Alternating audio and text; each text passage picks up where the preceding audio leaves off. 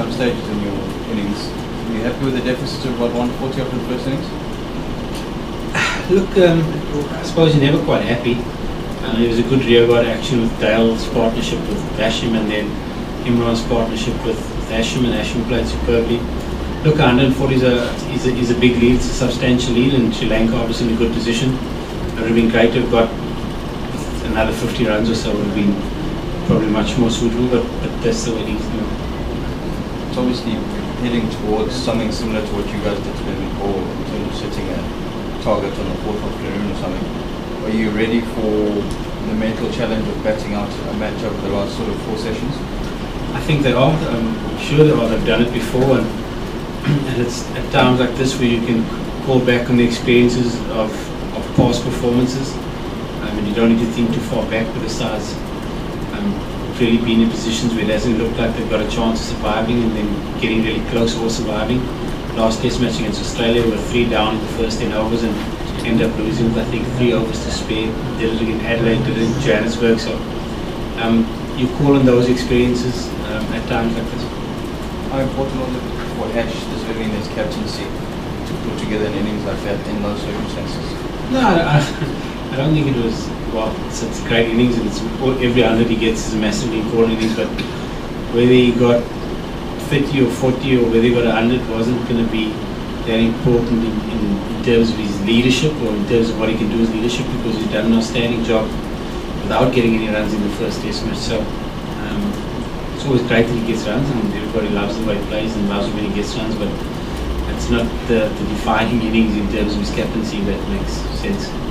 What do you think made him successful in this innings? No, he was just really patient. I think he applied himself really well. He's obviously got his strategy and his game plan that he wants to employ, and he stuck to that extremely well tonight. How many times did you change the game?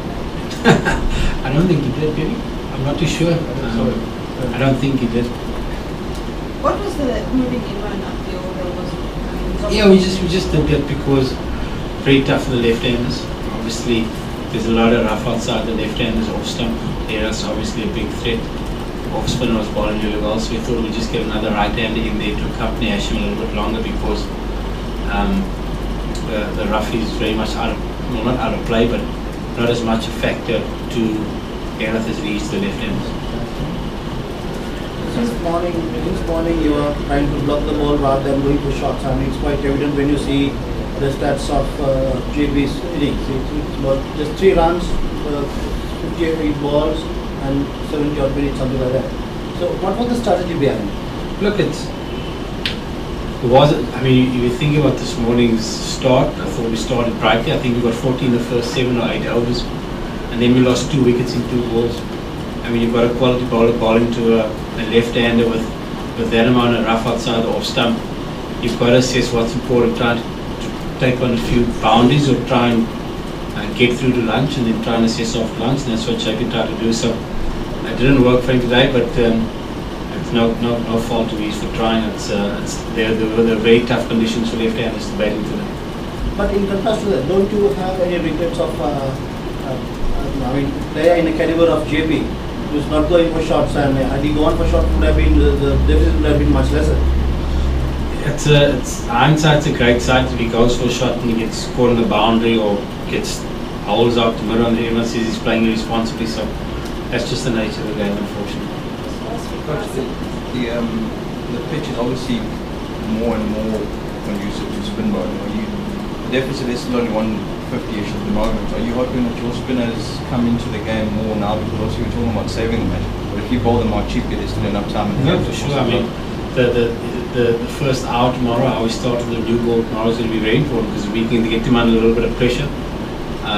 They might have to take a little bit longer to get the runs, might get 60 for 4, might be a lead of 240 with 6 down or 7 down, and end up chasing 270 in 4 sessions. You're very much in the game. So that first session tomorrow is going to be very important for us, and Imran's got a big role to play for us tomorrow, particularly with the amount of rough outside the left-handers off stump. He can be a handful if he lands the ball consistently in that area.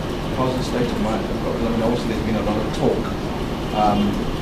about his performance or lack of performance on the test compared to the one-day series. Is he still confident enough in the fact that he can do the job now at the back end of the test? No, he can. Definitely very confident, and He's a confident guy, backs ability, so I'm sure he'll put in a good performance in the second innings.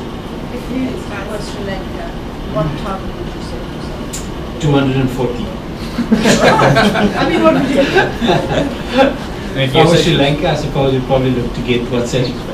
Another 100 and I don't know. They must feel it out themselves.